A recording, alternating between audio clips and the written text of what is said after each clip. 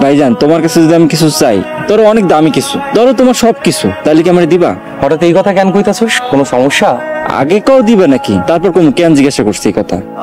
সবকিছু কইতে তুই কি বুঝাইতেছস আমি জানি না, তবে তুই যদি চাইস আমি আমার কুলজাটা কাটটা দিব। আমি আমার উত্তর পাই গেছি, আজ আমি জানলাম তুমি সেই ছোট্ট নাইমরে যেমন ভালোবাসতা এখনো ঠিক তেমনই ভালোবাসো। আল্লাহ তোরে বাঁচাই রাখুক। ভাইজান দুপুরে আসতেছে, তুমি খাইবে না? হাতে আমার লাগে খাবার লয়ে আইব। আচ্ছা ঠিক আছে, আমি তাহলে যাই। কে তুমি? নাইম না? আপনাকে ঠিক চিনতে পারছি না। চিনবা কেমনে বাতে যা? তুমি তো সেই মেট্রিক পরীক্ষা দিয়া এই যে গ্রাম ছাড়ছো, আর তো তোমার আমি দেখতেই পাই নাই। আমি হইলাম এই গ্রামের এই আব্দুল জব্বার মাতব্বরের ছেলে জামাল মাতব্বর। আমি এক যুগ ইতালি প্রবাসী ছিলাম। ভালো আছেন মাদবর চাচা? ভালো আছি। তুমি এখন কি করতেছো? আমি শিক্ষকতা করি, তবে স্কুলে পড়াই না, ইউনিভার্সিটিতে পড়াই। বাহ বাহ বাহ বাহ বাহ, খুব সুন্দর। তোমার বড় ভাই নাসির আমাগো খেতে বহুত কষ্ট করে কামলা দিয়া তোমার লেখাপড়া শিখাইছে। তোমরা দোনো ভাই খুব ভালো মানুষ। চাচা আমার একটু তাড়া আছে।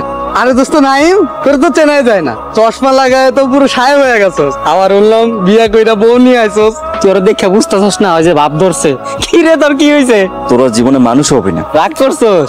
আমি এখন একটু ব্যস্ত আছি, তোদের সাথে আমি পরে কথা বলবো। তোরে এতদিন পরে পাইছি, তোরে খালি মুখে আমরা ছাইড়া দিমু। মানে হইলো গিয়া তোর লিয়া বাজারে যামু, উজ্জ্বল মিয়ার মিষ্টান্ন ভান্ডার থেকে তোরে মিষ্টি খাওয়াবো। ছোট বউ নাইম কই?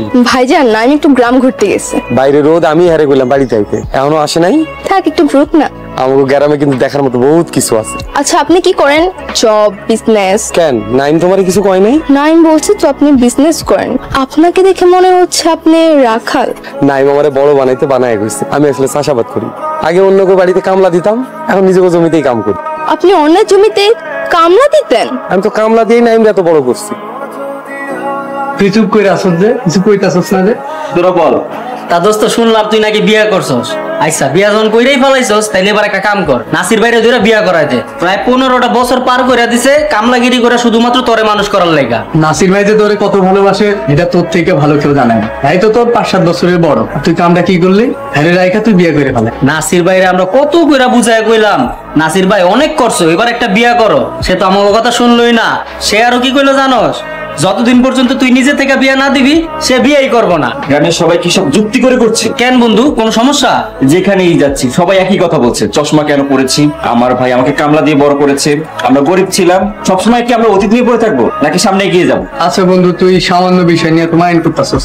তোরা যদি আমার জায়গায় থাকতি, আমি মেধার যোগ্যতা আজকে এখানে এসেছি। I M a professor.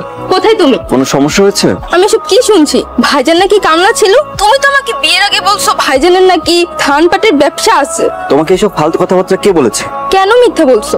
আমি এখন বাবা বাড়িতে মুখ কিভাবে দেখাবো? গ্রামের কোনো মানুষ আমাকে কথা বলেনি, ভাইজান নিজে আমাকে কথা বলেছে। উনি তোমাকে কামলা দিয়ে পড়াশোনা করেছে। উনি কি তাহলে মিথ্যা কথা বলেছে? প্লিজ রিবা, ফোনটা রাখুন, আমি বাড়িতে এসে কথা বলছি।